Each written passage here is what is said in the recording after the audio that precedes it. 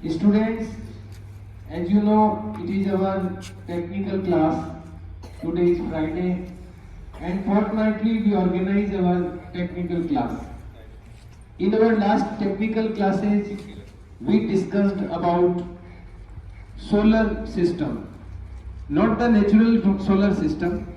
We discussed about the solar energy making system.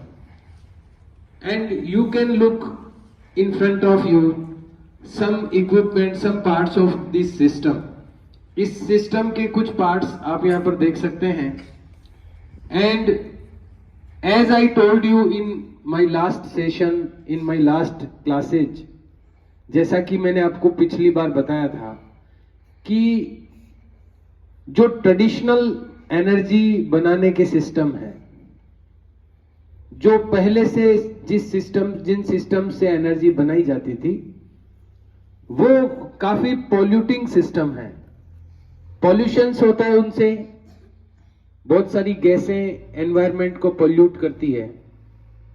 और जो efficiency है, जो कार्य दक्षता है उनकी सिस्टम्स की, वो भी उतनी अच्छी नहीं है, परफॉर्मेंस भी उतनी अच्छी नहीं है. और वो जो सिस्टम्स हैं जो ट्रेडिशनली जिनको फॉलो किया जाता है, जैसे कोल से इलेक्ट्रिसिटी बनाना, जैसे कोयले से बिजली बनाना, वो जो सिस्टम है वो एक लार्ज स्केल पे ही सेटअप करने पड़ते हैं. यानी अगर कोई घर पर अपने बिजली बनाना चाहे कोयले से, तो इट इज नॉट पॉसिबल. घर पर बिजली बनाना, अगर कोई कोयले से बिजली बनाना चाहे तो ये पॉसिबल नहीं है, क्योंकि उसके लिए जो सेटअप चाहिए वो एक लार्ज स्केल पर होता है. तो हर जो पर्सन है, every person can't make his oven electricity by the traditional systems. जो ट्रेडिशनल सिस्टम्स है उनसे कोई भी व्यक्ति अपनी खुद की बिजली नहीं बना सकता है. लेकिन ये जो सिस्टम है जिसको हम सोलर एनर्जी डेवलपिंग या प्रोड्यूसिंग सिस्टम कह सकते हैं, इन सिस्टम से हम चाहे जितनी इलेक्ट्रिसिटी बना सकते हैं अपने घर पर. जैसा कि मैंने आपको पिछली बार भी बताया था कि अगर आपके पास में एक छोटा सा सोलर पैनल है, और एक चीज जो मैंने आपको पिछली बार बताई थी कि ये जो आपको एक प्लेट दिख रही है यहां पर, ये एक सोलर पैनल है, इसको सोलर पैनल कहते हैं. व्हाट वी कॉल्ड इट, क्या कहते हैं हम इसको? Solar panel. इसको मॉड्यूल भी कहते हैं, सोलर पैनल भी कहते हैं, इसको सोलर प्लेट भी कहते हैं, कई नाम है इसके. लेकिन फाइनली ये एक ऐसा एक प्लेट है जो कि इलेक्ट्रिसिटी जनरेट करता है, इलेक्ट्रिसिटी बनाता है. और इसमें क्या रहता है वो अपन पिछले वीडियोस में, पिछली क्लासेस में डिस्कस कर चुके हैं. इसके अंदर जो लाइंस होती हैं, अगर आप इसको नजदीक से देखेंगे, मैंने आपको पिछली बार कहा भी था कि जो बड़ा वाला पैनल लगा हुआ है इसको आप देखना नजदीक से. बाद में जब भी आपको टाइम मिले तो आप इसको देखना, तो इसमें लाइंस आपको बनी हुई दिखेगी ब्लैक कलर की. और वो ब्लैक कलर की जो लाइंस है वो सिलिकॉन से बनी है. और सिलिकॉन के अंदर ये कैरेक्टरिस्टिक होती है सिलिकॉन की कि अगर उस पर ये सनलाइट गिरती है तो उसमें से इलेक्ट्रॉन्स मूवमेंट करना शुरू कर देते हैं. और इलेक्ट्रिसिटी जो जनरेट होती है, इलेक्ट्रिसिटी जो मूव करती है, रन करती है, कहीं पर भी इलेक्ट्रिसिटी अगर फ्लो कर रही है, कहीं पर भी अगर अपन ये कहते हैं कि इलेक्ट्रिसिटी फ्लो कर रही है, इसका मतलब इलेक्ट्रॉन्स मूव कर रहे हैं वहां पर. किसी भी सब्सटेंस के जो एटम्स होते हैं, देखिए पिछली बार मैंने एक चीज और बेसिक चीज बताई थी आपको कि हर जो सब्सटेंस होता है, कोई भी जो पदार्थ होता है, भले ही वो कोई मेटल हो, भले ही वो और कोई अदर सब्सटेंस हो, वो छोटे छोटे पार्टिकल्स का बना होता है. कोई भी सब्सटेंस छोटे छोटे पार्टिकल्स का बना होता है.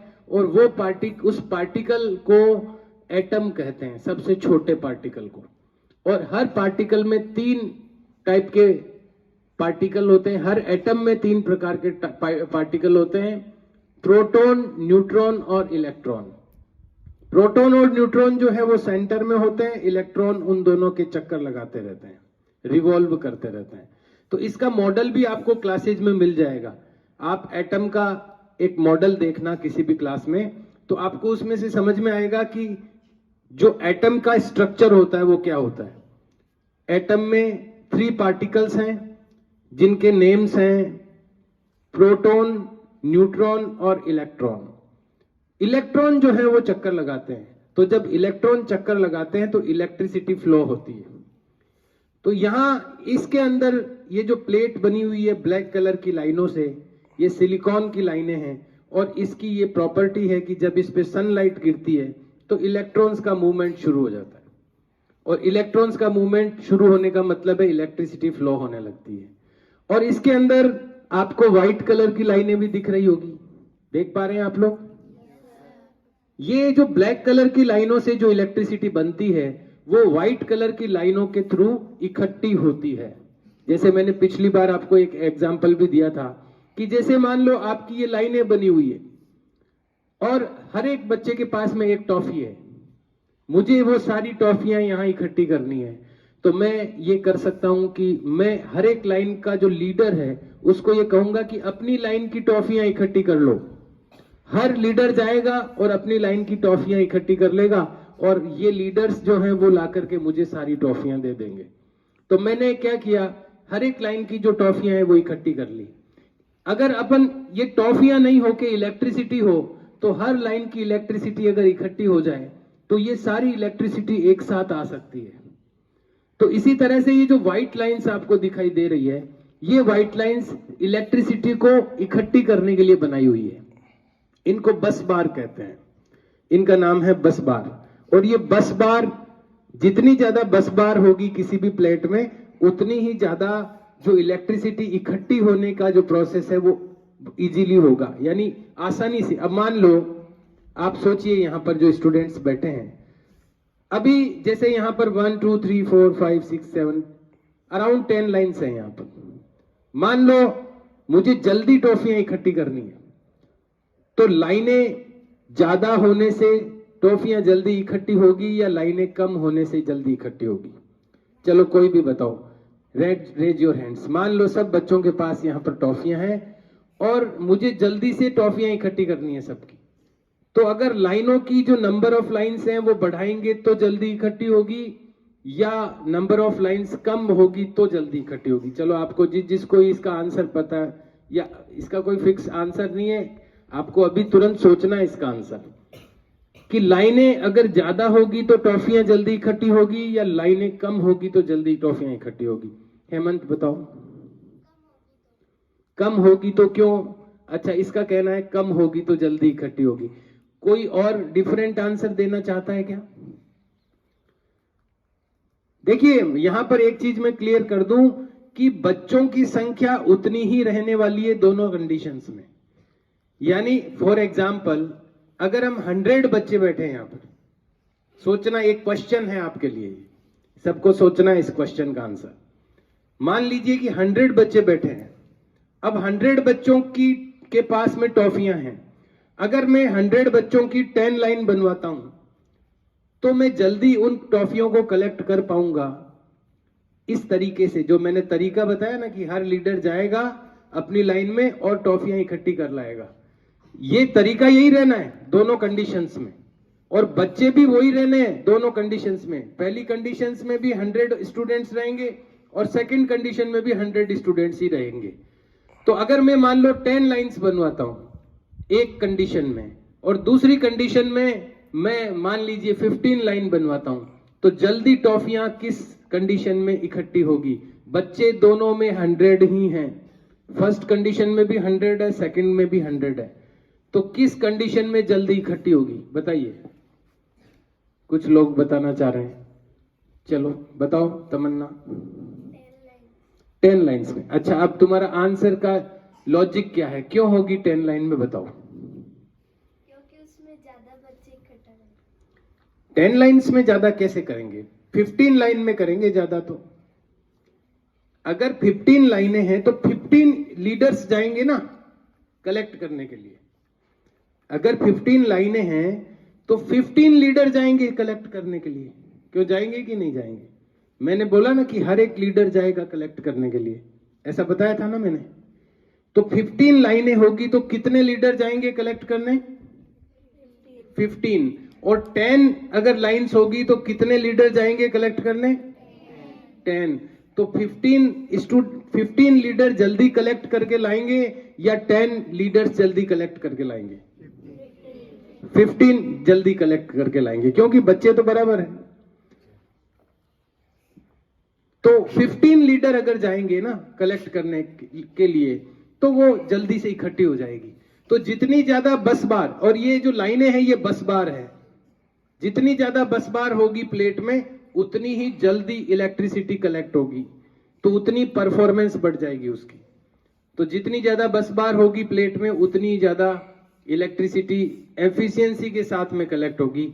तो किसी भी प्लेट के अंदर जितनी व्हाइट लाइनें ज्यादा होगी उतनी अच्छी प्लेट माना जाएगा उसको।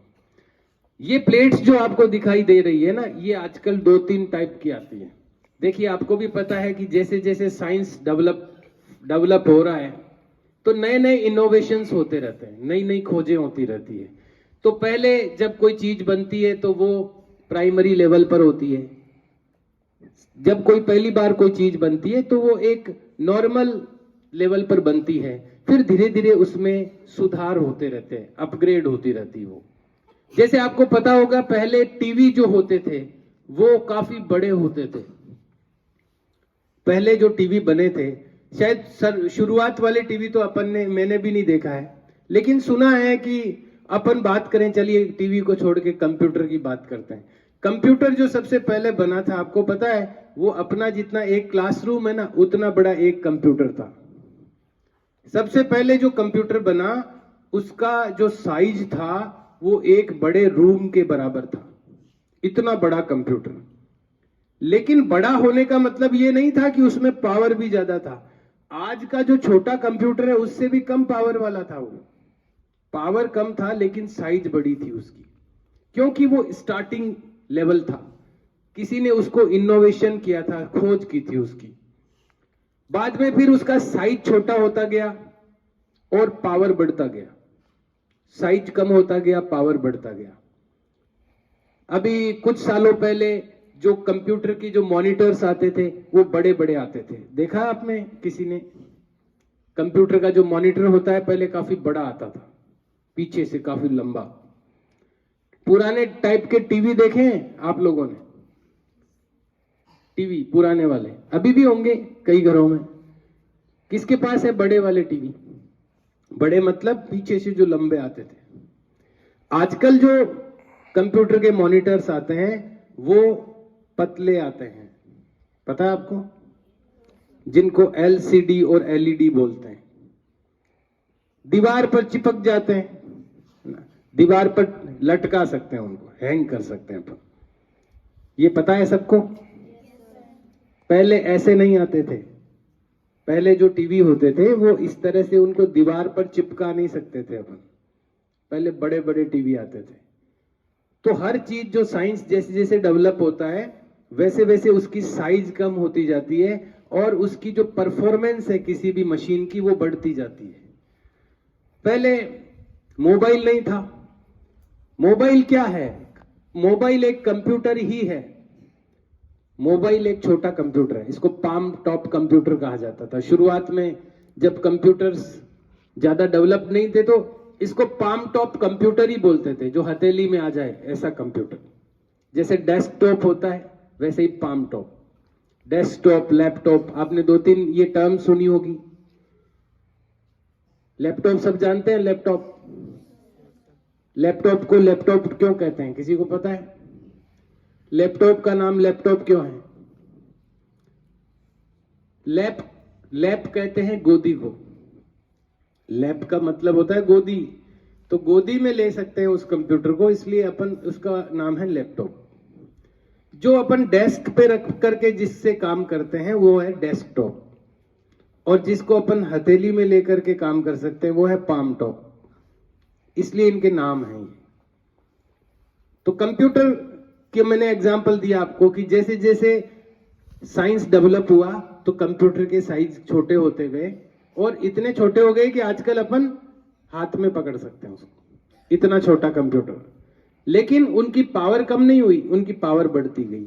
इसी तरह से ये जो सोलर पैनल है, ये भी जब स्टार्टिंग में आए थे तब इनकी इतनी ज्यादा परफॉर्मेंस नहीं थी, यानी इतनी ज्यादा बिजली बना नहीं पाते थे वो। लेकिन जैसे जैसे टेक्नोलॉजी डेवलप हुई तो इनकी परफॉर्मेंस को अपग्रेड किया गया। अभी भी काम चालू है, अभी भी इसको अपग्रेड करने का काम चालू है। आने वाले टाइम में छोटा सा पैनल ज्यादा बिजली बना पाएगा।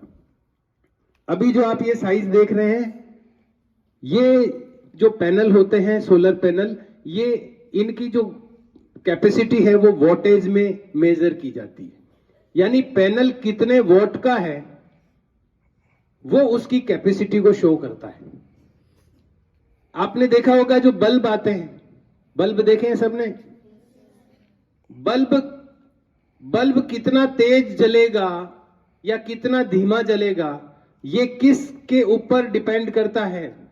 बताइए, कोई बताएगा आप में से? बल्ब कितना तेज जलेगा या कितना धीमा जलेगा, ये जो मेजरमेंट है, ये जो माप है, ये किस चीज पे डिपेंड करता है? आपको ज्यादा तेज जलने वाला बल्ब चाहिए तो मार्केट में जाके आप क्या बोलते हो? आप दुकान पर जाकर के क्या बोलते हो? आपको ज्यादा तेज जलने वाला बल्ब चाहिए तो आप क्या बोलते हैं दुकान पर जाकर? बता सकते हैं कोई? अच्छा, आपके घर में जो लाइट का बल्ब लगा हुआ है वो कितने वॉट का है? वॉट सुना है आपने कभी? वॉट सुना है? वॉट, ये जो बल्ब आते हैं ये वॉट के अकॉर्डिंग आते हैं। ये 9 वॉट का बल्ब है, ये 12 वॉट का बल्ब है, ये 15 वॉट का बल्ब है, ये 20 वॉट का बल्ब है। जितने ज्यादा वॉट कंज्यूम करने वाला बल्ब होगा उतना ही ज्यादा तेज वो ग्लो करेगा। ये एक बल्ब यहां पर दिख रहा है आपको, ग्लो भी कर रखा है वो। ये अराउंड 12 वॉट का बल्ब है, लेकिन ये नॉर्मल बल्ब नहीं है, एलईडी बल्ब है। ये आजकल यही बल्ब लगाते हैं सब, पुराने टाइप के बल्ब नहीं लगाता है कोई। पुराने बल्ब इसलिए नहीं लगाते हैं क्योंकि वो बहुत ज्यादा बिजली खाते थे। अब आजकल हर मशीन कम बिजली खाने वाली आने लग गई। पहले टीवी भी बहुत बिजली खाते थे, अब कम बिजली खाने वाले टीवी आ गए। पहले फैन भी काफी बिजली खाने वाले आते थे, अब फैन भी कम बिजली खाने वाले आते हैं। पहले फ्रिज जो आते थे घरों में वो लगभग 700-800 वॉट एक घंटे में बिजली कंज्यूम करते थे।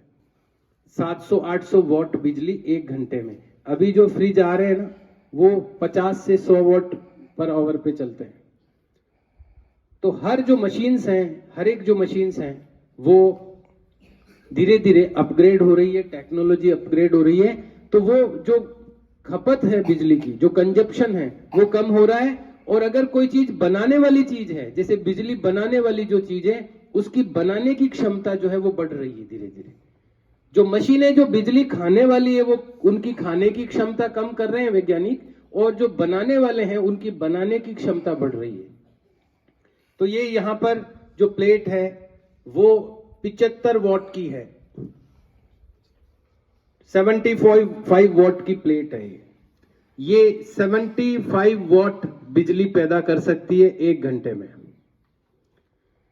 लेकिन अगर इसको सनलाइट प्रॉपर मिलेगी तो जो कंडीशंस इसको चाहिए उन स्टैंडर्ड कंडीशंस में ये एक घंटे में 75 वॉट बिजली पैदा कर सकती है। इसलिए इसका जो कैपेसिटी है इस प्लेट का उसको बोला जाता है 75 वॉट। ये 75 वॉट जनरेट कर सकती है 1 आवर में। ऐसे ही बड़ी जो होती है, पीछे वो बड़ी वाली प्लेट दिख रही है आपको, वो 390 वॉट प्रोड्यूस कर सकती है 1 आवर में। एक घंटे में 390 वाट प्रोड्यूस कर सकती है। तो ये जो प्लेट्स आती हैं वो वॉटेज के अकॉर्डिंग आती है। 10 वॉट की भी आती है। ये कितने वॉट का बताया मैंने? 75 वॉट का। 10 वॉट का भी पैनल आता है, इतना सा। 10 वॉट वाला जो पैनल है वो क्या काम आता है? मोबाइल चार्ज करने के लिए। अगर आपके पास इतना सा सोलर पैनल है और आप कहीं जंगल में बैठे हैं, कहीं आप खेत में बैठे हैं, जहां पर कोई बिजली नहीं है, जहां कोई बैटरी नहीं है, तो आप अगर आपके पास एक 20 वॉट का भी पैनल है, 20 वॉट नहीं बल्कि 10 से 15 वॉट का भी है, तो आप अपना मोबाइल चार्ज कर सकते हैं उससे। क्योंकि वो जितनी बिजली बनाएगा वो सोलर पैनल छोटा वाला, वो आपके मोबाइल चार्ज करने के लिए सफिशिएंट होगी।